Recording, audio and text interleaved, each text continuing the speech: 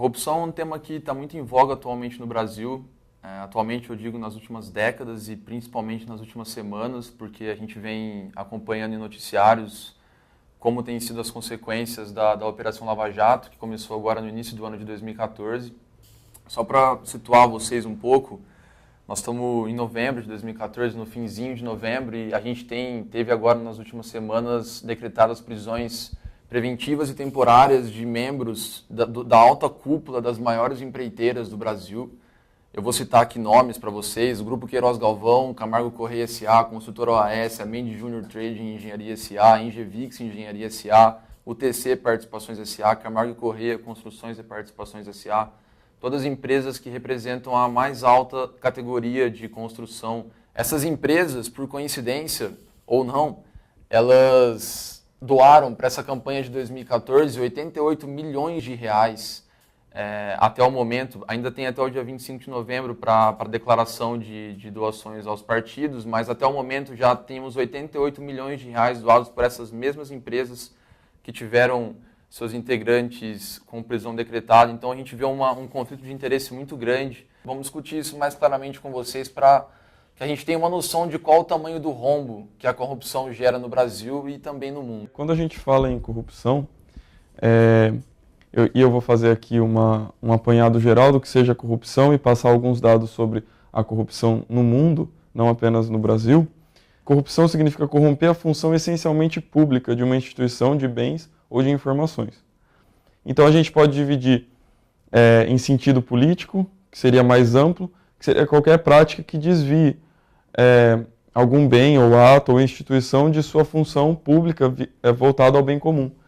E a gente tem também no sentido jurídico ou mais estrito, que seriam as formas ativa e passiva da corrupção.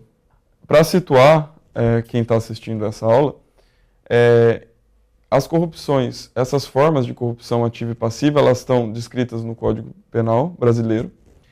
A forma ativa, ela seria aquela praticada pelo particular que oferece uma vantagem para o funcionário público para ele desviar ou retardar um ato de ofício que ele deveria cumprir em função do seu cargo público. Já a forma passiva é o próprio funcionário público exigir essa contribuição do particular para desviar um ato que ele deveria fazer como funcionário público. A ONU estima que cerca de 50 bilhões de dólares é o que a África perde todos os anos com corrupção. Desses 50 bilhões, 2/3 têm origem em atividades multinacionais. 30% estão relacionados com atividades ilícitas como tráfico humano, tráfico de drogas e outras práticas corruptas. E um dado interessante é que os países que recebem esse dividendo são paraísos fiscais. Ainda segundo a ONU, de 20 a 40 bilhões de dólares por ano é o que perdem os países em desenvolvimento com práticas corruptas. Cerca de 1 trilhão de dólares ao ano são pagos em suborno em todo o mundo. E cerca de 2,6 trilhões de dólares são desviados pela corrupção. Isso equivale a 5% do PIB mundial. E nos países em desenvolvimento, a quantia desviada pela corrupção é 10 vezes maior que os gastos com o desenvolvimento nesses países. Tendo isso em vista, a gente pode se perguntar por que é tão difícil combater um problema que é evidente. A gente identifica 3 problemas, 3 desafios mundiais quando a gente trata de combate à corrupção. São a transparência dos dados públicos, a transparência de dados privados e os paraísos fiscais. Teve um escândalo mundial recente que ficou conhecido como Offshore Leaks. Um operador anônimo em um desses paraísos fiscais, que são as Ilhas Virgens Britânicas, ele enviou um disco rígido para jornalistas na Inglaterra com cerca de 260 gigabytes e mais de 2,5 milhões de documentos. Isso representa 160 vezes mais documentos do que no caso Wikileaks dos Estados Unidos. E esses documentos eles foram acumulados durante 30 anos. Engraçado notar que a imprensa brasileira nada noticiou sobre isso, sobre esse escândalo, que foi um escândalo mundialmente conhecido. As verbas desviadas em corrupção, elas são igualmente transferidas, na grande maioria dos casos, para os paraísos fiscais. E a dificuldade de se lutar de forma conjunta e globalmente contra os países que são paraísos fiscais são justamente os benefícios que eles trazem ao capital financeiro e o silêncio dos grandes países, como a própria França, a Inglaterra, os Estados Unidos e os países desenvolvidos do mundo, né, em geral. A Europa, por exemplo, ela não consegue vencer politicamente os seus próprios paraísos internos, que seriam a Suíça, Luxemburgo, a Irlanda, os Países Baixos e a própria Inglaterra. Os paraísos fiscais, a gente pode concluir com isso, que eles não são uma falha do sistema capitalista. Eles são uma peça fundamental desse sistema, que é justamente neles e através deles que as grandes empresas multinacionais lucram. E é justamente por isso que é difícil enfrentar esses lugares para onde os bens e quantias desviados de práticas corruptas vão. Os centros offshore, que é como eles chamam em inglês os paraísos fiscais, eles acumulam depósitos estimados entre 21 e 31 trilhões de dólares, ou seja, entre 1/3 e metade do PIB do mundo. Então, pela própria quantia de dinheiro que esses paraísos fiscais movimentam, torna-se muito difícil combatê-los. A gente pode concluir que sem a participação das corporações transnacionais e dos bancos, os paraísos fiscais não se sustentariam. Por consequência, seria muito difícil manter os principais locais de fuga do dinheiro da corrupção no planeta. Então, os paraísos fiscais são o primeiro ponto que a gente identificou na dificuldade de combate à corrupção. O segundo ponto seria a transparência de dados, tanto públicos quanto privados. Recentemente, a internet tem causado uma revolução na liberação e na publicidade desses dados.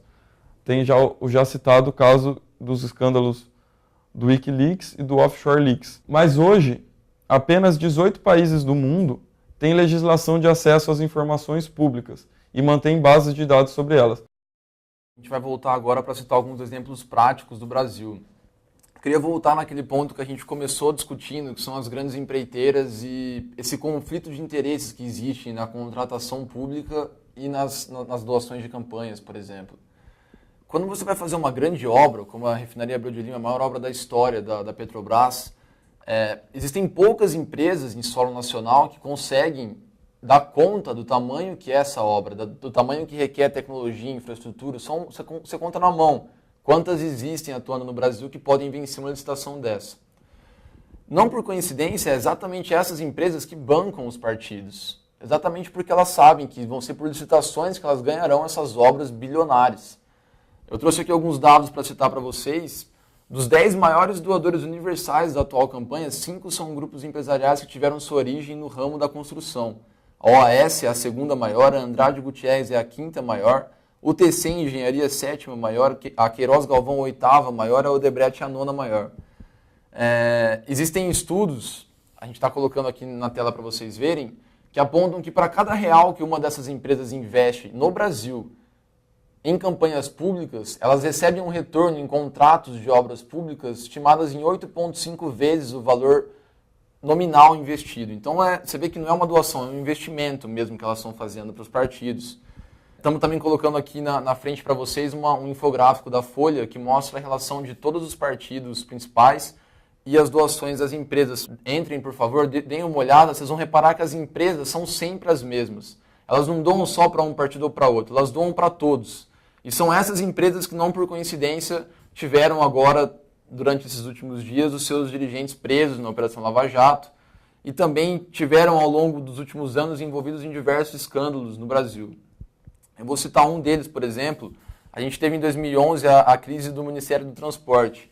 O Ministério do Transporte, que é a pasta, uma das pastas mais concorridas, que comanda um orçamento anual de 20 bilhões de reais. A gente teve em 2011, durante o cargo do ministro Alfredo Nascimento, que é do Partido da República, ele era o ministro, comandava a pasta do Ministério dos Transportes, tinha um orçamento de 20 bilhões de reais à sua disposição para ser gasto anualmente com obras Brasil afora, obras de infraestrutura, obras muito importantes para a população brasileira. E a gente teve denúncias, inclusive com gravações, a gente está colocando o link para vocês analisarem o vídeo, gravações de que esse ministro, ele, em contrapartida para liberar verbas para obras municipais, obras em outros estados, ele perdia que a pessoa que estava lá indo pedir essas verbas, o deputado, no caso, que estava indo pedir as verbas, que ele deixasse a sua legenda e ingressasse na legenda do Partido das Repúblicas. Você vê uma forma clara do ministro ele conceder o dinheiro para verbas públicas, desde que a pessoa que vai ganhar o crédito por essas obras na sua localidade passe a ingressar ao Partido da República. Ou seja, ele está trocando favores em cima dessa pasta tão disputada, que dá tanto prestígio para o partido que a comanda, que é o Ministério dos Transportes. Nesse caso, o escândalo que ficou conhecido em 2011, que deu inclusive muita repercussão política, a Dilma teve que agir rapidamente para estancar o sangramento que deu em toda a mídia nacional em relação a essa crise, ela gerou no total mais de 27 afastamentos, demissões, inclusive diretores-presidentes, 3 diretores-presidentes da Valec, que é uma das principais empresas públicas de atuação do Ministério dos Transportes, 13 do DENIT, que é o Departamento Nacional, também muito importante, autarquia importante do Ministério dos Transportes, incluindo o diretor-geral, e do Ministério 11, inclusive o próprio ministro foi afastado por causa de denúncias de corrupção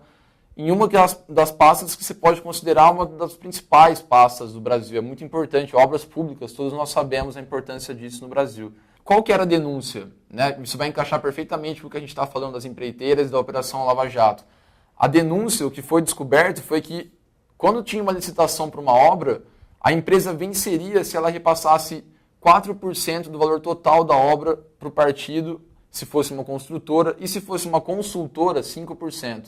Então você pega uma obra de 1 bilhão, 4% se eu vencer a licitação, eu, empreiteira, tenho que repassar para o partido que está me dando essa obra.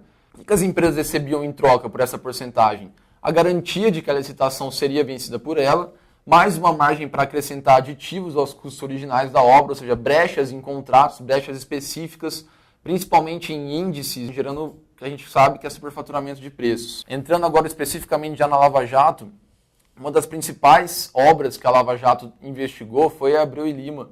A Abreu e Lima é a maior obra da história da Petrobras. Para se ter uma ideia, hoje o TCU, que é o Tribunal de Contas da União, que é o órgão responsável por averiguar as contas, o prestamento de contas dessas obras, tem 23 processos abertos em relação a Abreu e Lima. Desses 23, 12 ainda estão em curso e já foram constatados por esse processo mais de 1,1 bilhões de reais de superfaturamento. A empresa que tem o maior contrato da Abreu e Lima é a Camargo Corrêa, que teve dirigentes presos durante esses últimos dias na Operação Lava Jato. Você vê que é uma questão que se repete. Desde 2011, as empresas que estavam ligadas à crise do Ministério de Transportes eram as mesmas. Hoje, na Lava Jato, são as mesmas, que não por coincidência são as mesmas que efetuam a maior parte das doações de campanha para os partidos políticos. Então, nosso trabalho, a gente visou dar para vocês um panorama geral de quanto que é o rombo, de qual que é o prejuízo que a corrupção gera no mundo, no Brasil, e principalmente em razão da Operação Lava Jato, mostrar para vocês que isso que a gente está vendo agora, essas consequências finais de prisões de membros da Queiroz Galvão, Gutierrez, OAS, dessas grandes empreiteiras, isso não é uma coincidência, não é um fato de agora, isso é um fato que já vem acontecendo já há muitos anos no Brasil, uma prática comum por parte dessas empresas. A gente viu sendo amplamente divulgado esse clube das empreiteiras, como se elas combinassem todas as licitações, o que acaba por fraudar um instrumento que é muito legítimo, que é a licitação pública. Nós gostaríamos de agradecer pela audiência de vocês e esperamos que esse vídeo possa contribuir para compreender melhor esse problema que é a corrupção. Muito obrigado. Obrigado.